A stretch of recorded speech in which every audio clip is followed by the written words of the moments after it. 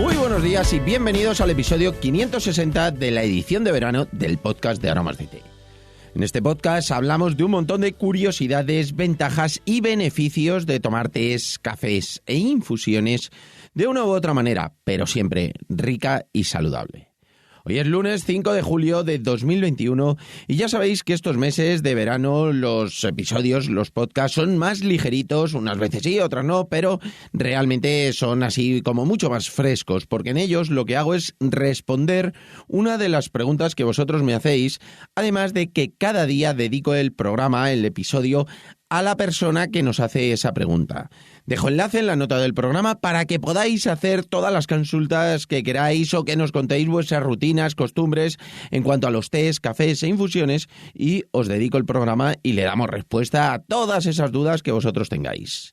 Hoy vamos a dedicar el programa a Olga, que nos hace una pregunta muy interesante sobre nuestros tés y más en concreto en cuanto a la producción y sus ingredientes. Si quieres saber cuál es esa pregunta, continúa escuchando y lo descubrirás.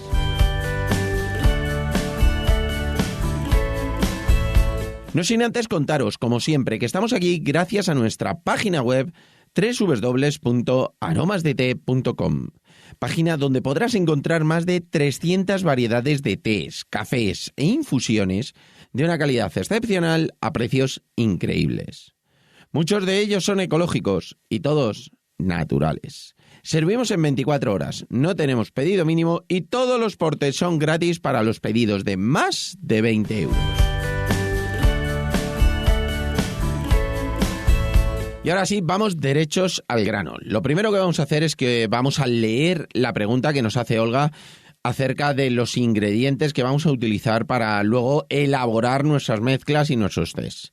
Y nos dice, ¿cómo se deshidratan las frutas y flores? ¿Por qué conservan esos sabores? Bueno, vamos a ver, Olga, me parece muy interesante la pregunta, muchísimas gracias, de verdad. Y lo que vamos a ver es que, bueno, principalmente tenemos que tener claro que el mayor enemigo del té, de lo que es la propia infusión, siempre es la luz, el aire y, por supuesto, la humedad. Entonces, normalmente, cuando estamos hablando de esas frutas, de esas flores, lo que tenemos que hacer siempre es esa deshidratación.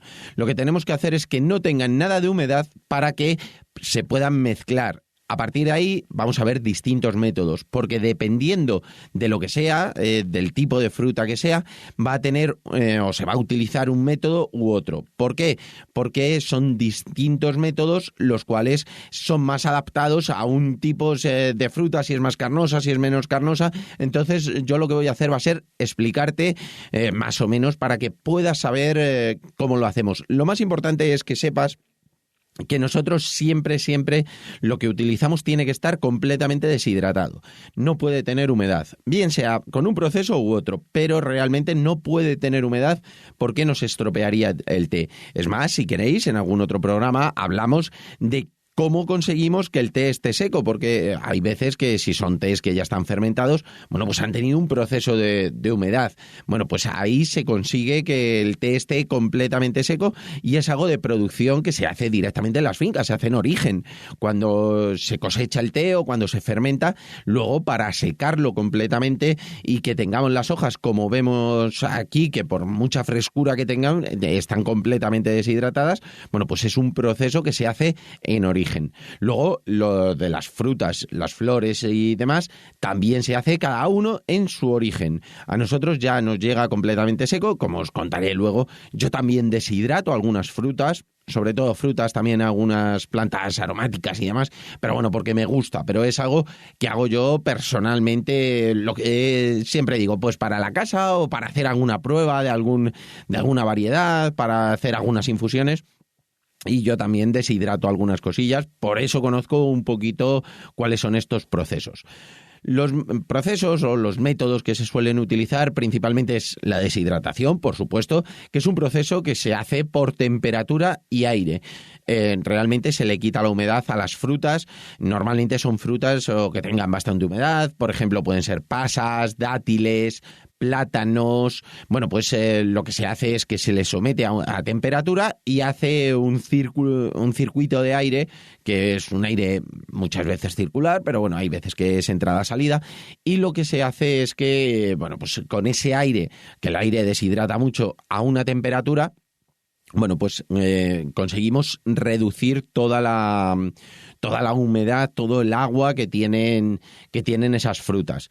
Al final, cuanto menor sea la temperatura, aunque se alargue más en el tiempo, mejor resultado va a tener, más se van a mantener los sabores. Lo que decías al principio, que nos preguntabas, Olga, que nos decías que por qué mantienen los sabores, bueno, pues si se hace de una forma lenta, sobre todo que no se someta a mucha temperatura, mantiene mucho más los sabores, porque si se somete a temperatura como que se cocina, y realmente no estamos buscando eso, sino estamos buscando simplemente que sea mucho el paso de aire para que esa poquita temperatura consigamos que lo deshidrate. Realmente es un proceso que modifica algo el sabor, pero principalmente lo que hace es que lo intensifica. Al quitar la humedad, intensifica el sabor.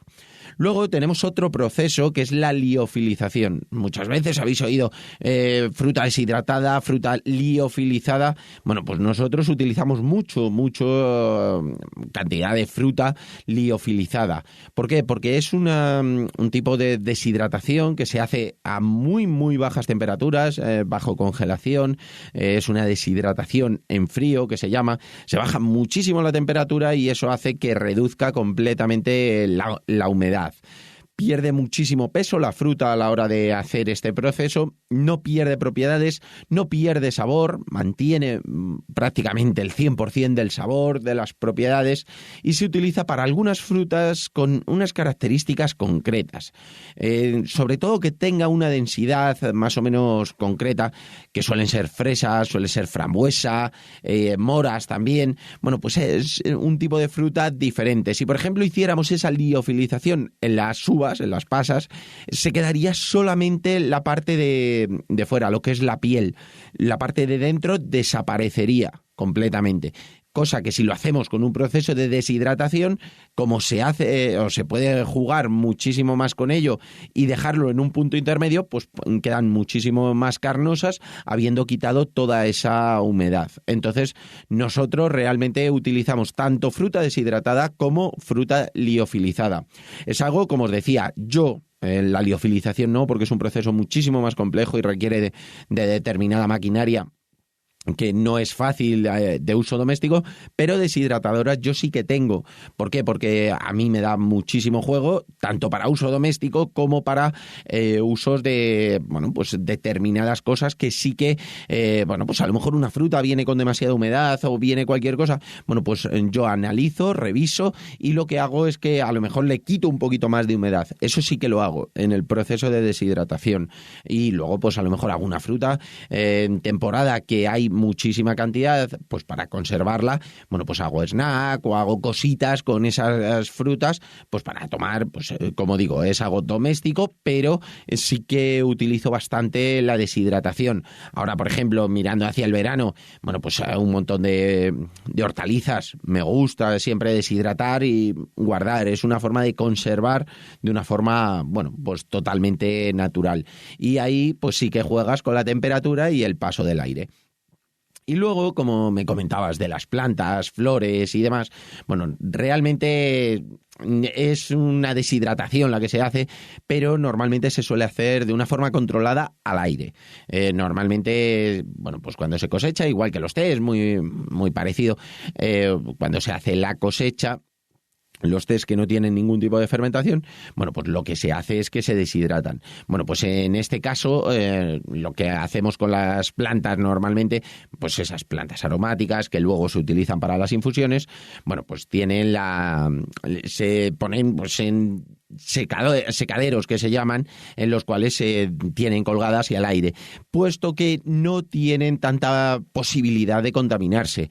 Realmente en todos los procesos se hacen súper controlados, pero el tema de las plantas, las flores, no existe esa posibilidad de contaminación porque evidentemente no tienen los azúcares que tienen las plantas, no tienen el riesgo de que llegue cualquier bicho, cualquier contaminación bacteriológica que puede existir insistir pues sobre todo en las frutas, porque al tener ese dulce, bueno, pues va a cualquier bicho, entonces hay que hacerlo de una forma muchísimo más cerrada. Lo que son las plantas no tiene nada que ver.